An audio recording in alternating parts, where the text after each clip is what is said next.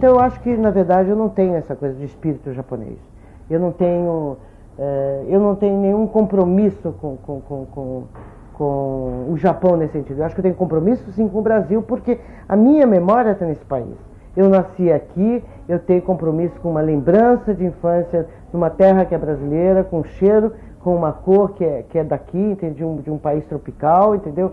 Com uma paisagem que é brasileira, com uma vizinhança, uma sociedade, uma comunidade que é brasileira. Meu país é esse.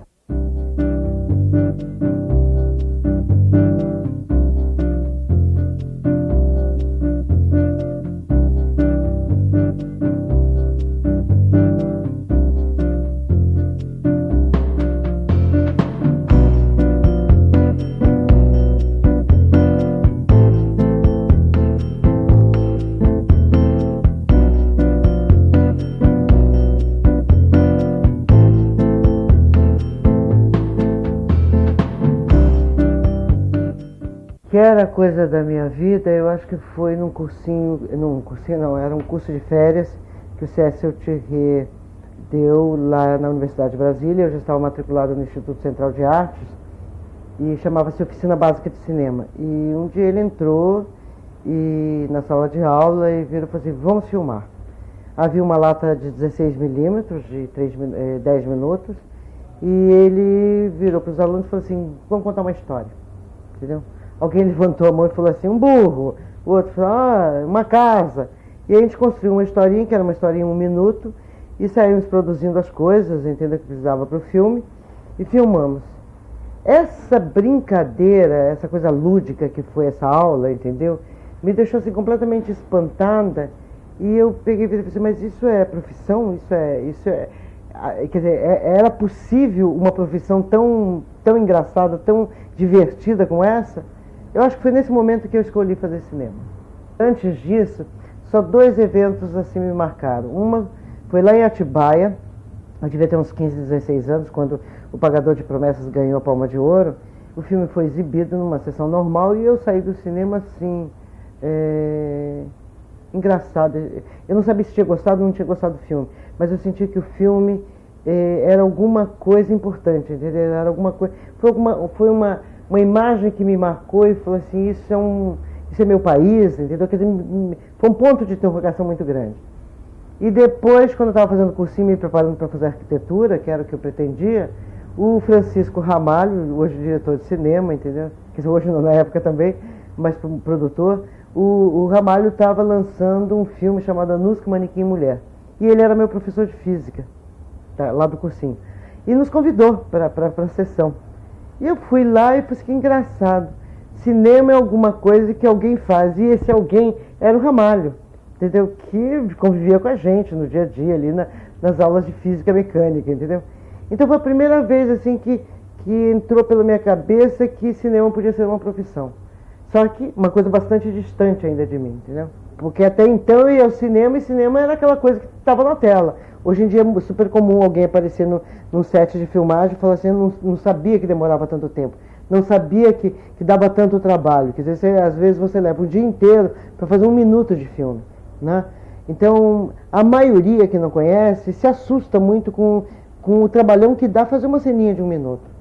E aí, foi a primeira vez que eu vi um filme e falei assim: bom, isso é uma coisa que alguém faz, entendeu? E não uma coisa assim que você entra no cinema e de repente vê aquela tela ali, com aquelas imagens todas, e é uma coisa completamente fora do teu cotidiano, entendeu?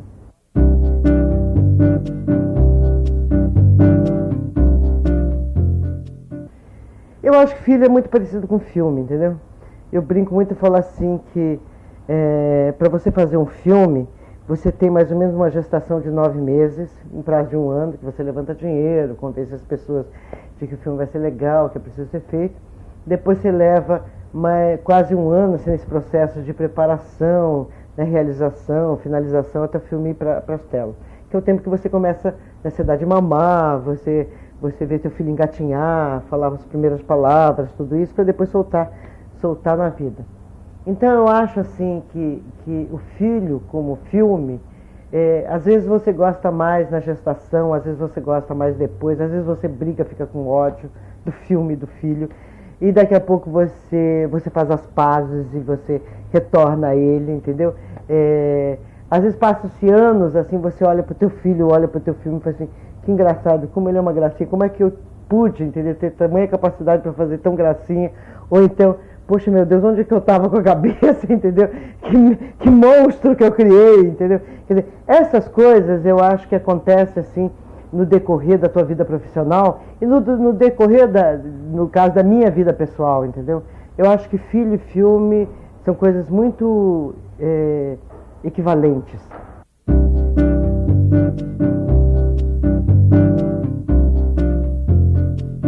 Eu não tenho nenhum problema quanto ao trabalho de encomenda, tá? Eu considero assim trabalho de encomenda assim, o Pagador de Promessas, a Madonna de Cedro, os Você Decide que eu fiz, um especial que eu adoro, que eu fiz na Globo chamado Poder da Arte da Palavra, a Cananga do Japão, entendeu?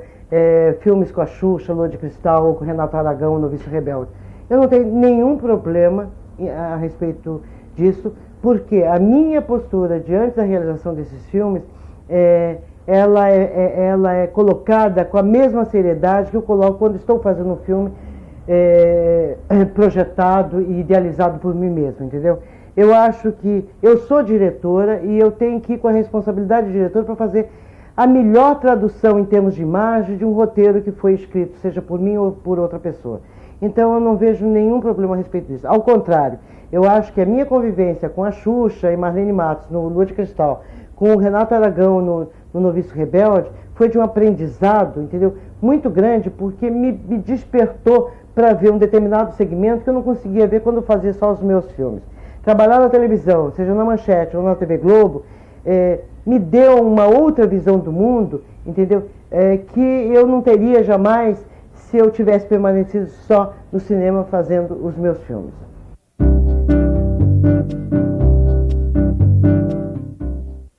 Há pouco tempo atrás eu descobri que meu pai, que morreu quando tinha 4 anos, e era um agricultor, assim, essa coisa toda, eu descobri que ele era poeta. Mas isso foi uma coisa super recente, que ele fazia haikus, aqueles poemas japoneses. E isso, para mim, foi surpreendente, porque eu não tinha nenhuma informação nesse teor, entende? De que alguém da família tivesse sido artista, em qualquer outra área, né? Eu tenho artesãos, agricultores, entende? Comerciantes, essa coisa, hoteleiros, mas artista ninguém. Depois que eu entrei no cinema, a minha única irmã, que é a Yurika Yamazaki, que hoje é uma das melhores diretoras de arte que temos no Brasil, entendeu? Ela acabou entrando na área. Por outro lado, eu, por exemplo, eu tento o tempo todinho, junto aos meus filhos, aconselhá-los a não entrar na área. Para entrar é preciso querer muito, entendeu? Eu quero que brigue para entrar. Para entrar assim, porque a mãe está na área, ou porque a tia está na área, tio, essas coisas todas, é preferível não entrar, entendeu? Eu acho que para você entrar nessa atividade, entendeu? Cinema, televisão, isso aí, é preciso muito desejo. É preciso que se batalhe, que seja uma coisa muito pessoal, muito particular, porque senão não vai dar certo.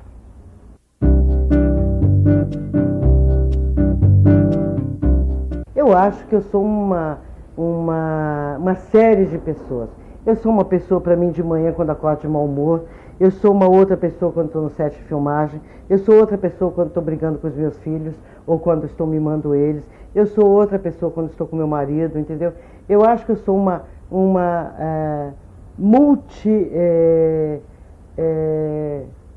profissionais, multipessoas, entendeu? Dependendo da hora e dependendo da situação, dependendo do meu humor, dependendo do lugar que eu estou. Eu não sei, eu não sou uma pessoa só. Eu acho que a cada ano, a cada mês eu vou mudando, eu sei que vou mudando. Talvez tenha uma espinha dorsal segurando toda essa transformação, mas eu sempre me sinto assim, como se fosse uma grande figuração.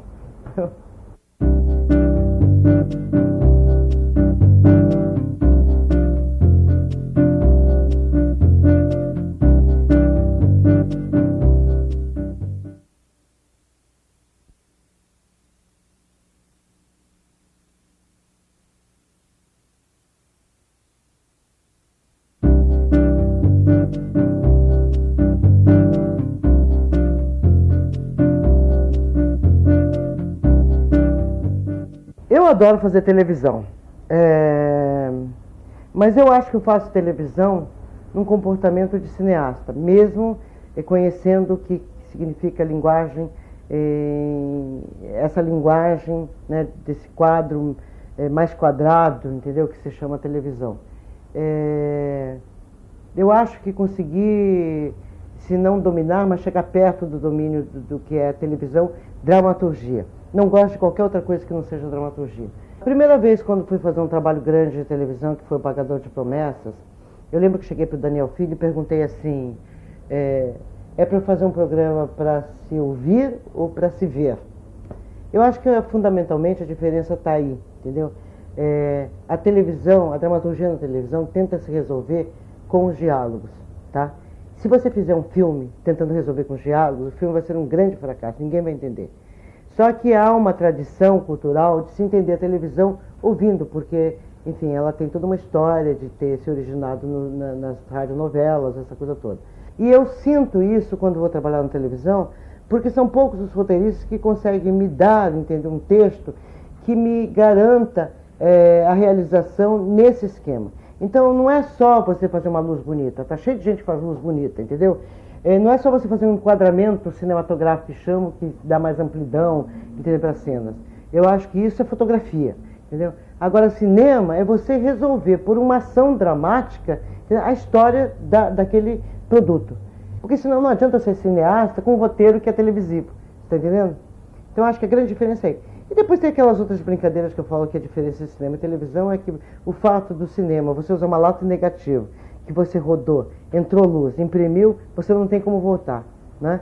Então essa impossibilidade de você reutilizar o negativo dá à equipe toda um temor muito grande diante da realização. É como se fosse um ritual, se queimar aquele negativo, você não tem outro. E o negativo registra um momento que será eterno, ele tem mais durabilidade do que a fita de vídeo, né? Agora, na hora que você coloca uma fita de vídeo, você sabe que se não der certo, você apaga e refaz, deixa todo mundo muito mais relax diante do produto. Então, eu acho que essa falta de temor tem um lado que é vantajoso, entendeu? Que as pessoas ficam mais relaxadas para isso. Mas eu acho que fica faltando um pouco daquela coisa meio sagrada que é o ato de filmar.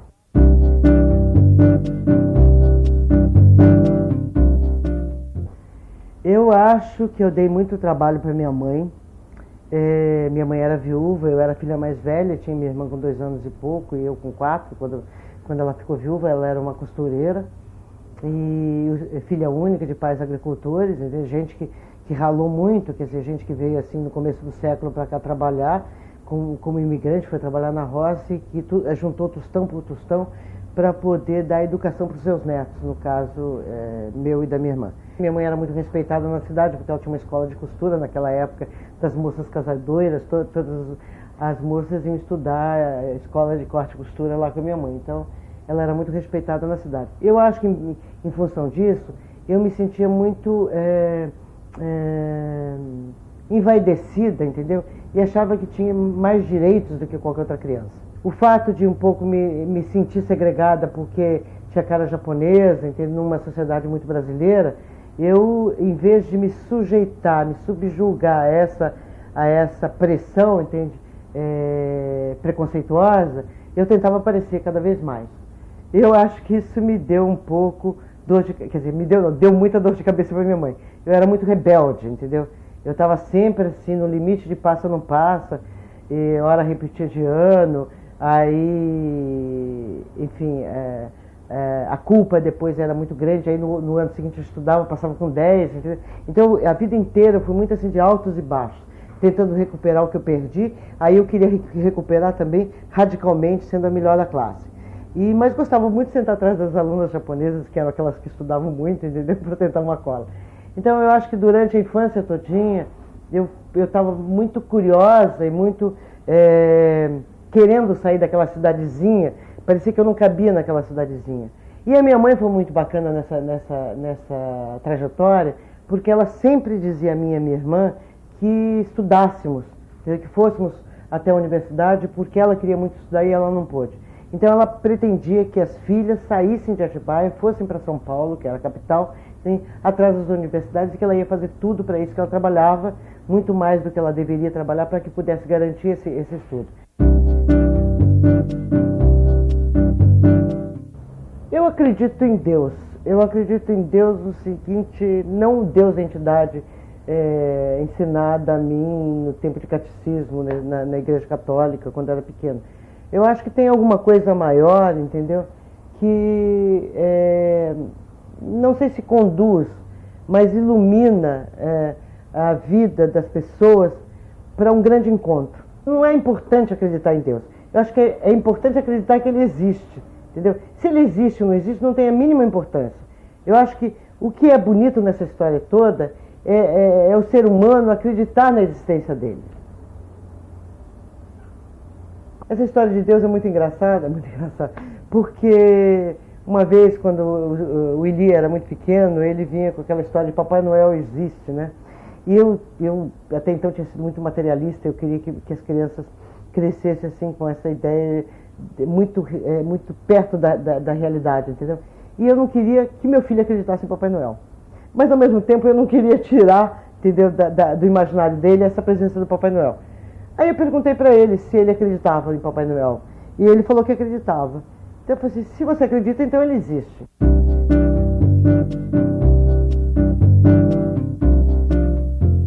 Alguém uma vez me perguntou assim, quando é que você se sente mais japonesa? Porque eu não falo, eu mal entendo, eu gesticulo demais, entendeu, para uma japonesa.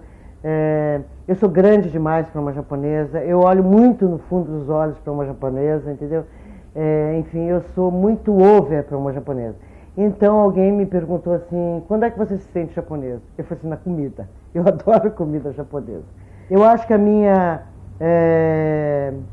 rebelião contra essa coisa de ser japonês, de ser japonesa, que foi uma preocupação muito grande da família, que é, mais ou menos de geral, em torno de qualquer comunidade estrangeira aqui no Brasil, é que seus filhos consigam conservar a cultura original, entendeu? A minha família também tentou, entendeu? Minha mãe colocava lá professor de japonês, me mandava para aulas de balé japonês para ver se eu conseguia uma postura, entendeu? Mais delicada como mulher, e enfim, ela não conseguia, ao contrário, cada vez mais eu me expandia e cada vez mais eu me negava a ser japonesa. Então isso, eu não tenho espírito japonês. Hoje, depois que eu fiz o Gaijin, que foi um pouco uma redescoberta das minhas origens, entendeu? Um pouco assumir aquilo que sou, entendeu? E não apenas uma redescoberta das minhas origens, mas uma descoberta da minha cidadania e da minha brasilidade. Eu acho que eu fiz as pazes. Hoje eu tenho muito orgulho de ter raízes japonesas, entendeu? E meus filhos, eu não fiz nenhuma pressão. Eu tenho um ou outro que está querendo estudar japonês, mas aí eu acho que ele tem que correr atrás, entendeu? Eu acho que isso é uma questão muito particular, muito pessoal, de uma busca de identidade própria, e só ele poderá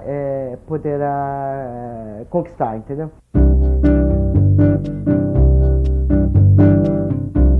Só fui me casar agora recentemente, faz 2 anos, e era uma experiência que eu achava até que jamais teria, dado a minha profissão, né? Porque o fato de eu ser diretor, de ter essa vida meio errante, né?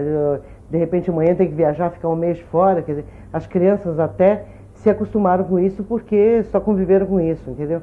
Mas eu sempre tive que ter empregada que pudesse segurar essa barra de repente eu ficar fora de uma hora para outra. Então eu achava que jamais conseguiria arrumar um marido que pudesse me sustentar nesse sentido, entendeu? De ter uma mulher assim muito fora dos padrões. Mas aí acabou que enfim, acabei me envolvendo e com uma pessoa da área, entendeu? E a gente tem uma relação super legal e ele me entende, não há nenhum problema a respeito, porque, enfim, tem uma outra formação. Mas as minhas crianças, eu tenho 2, cada um de um pai diferente, e tenho um filho adotado, quer dizer, um terceiro pai. Como diz a minha filha menor, fala assim, a nossa família é tão complicada, entendeu? Cada um tem um pai diferente. Mas, enfim, eu sempre achei que, quer dizer, eu até assumi essa coisa de ter filhos, assim, solteira, porque foi um conselho que a minha avó me deu, assim, tenha filho, não precisa se casar, mas tenha filho. E eu sempre quis ter muitos filhos e eu achava naquela época dos anos 70, entendeu? Que a mulher podia ser independente, não precisava de um homem para poder ter filhos. Eu acho que eu fui muito arrogante nesse sentido de levar essa bandeira de que podia fazer uma produção independente. Depois, claro, fiz uma revisão e percebo como fui egoísta, não apenas com os parceiros, mas com a sociedade e até comigo mesmo, mas muito mais com a criança que tem o direito de ter pai.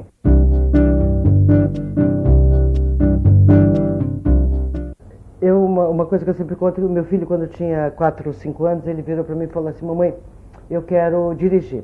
Aí eu falei assim: Elia, mas você não sabe nem o que é esse diretor? Ele falou assim: claro que eu sei, mamãe, é mandar todo mundo fazer aquilo que eu quero. Aí, quer dizer, essa piada, entendeu? De certa forma, tem um fundo de verdade. Porque, no fundo, eu acho que ser cineasta é transformar em imagens uma ideia que estava num papel, tá? E para você fazer isso, você tem que convencer a tua equipe inteira, do investidor ao contra-regra, entendeu?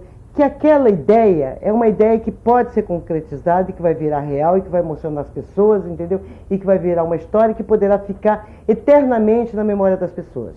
Então, nesse momento, eu acho que o cineasta tem um poder especial, que é convencer a todo mundo a fazer aquilo que ele quer, porque ele acreditou primeiro que aquela história seria viável para o cinema. Que definição complicada, né?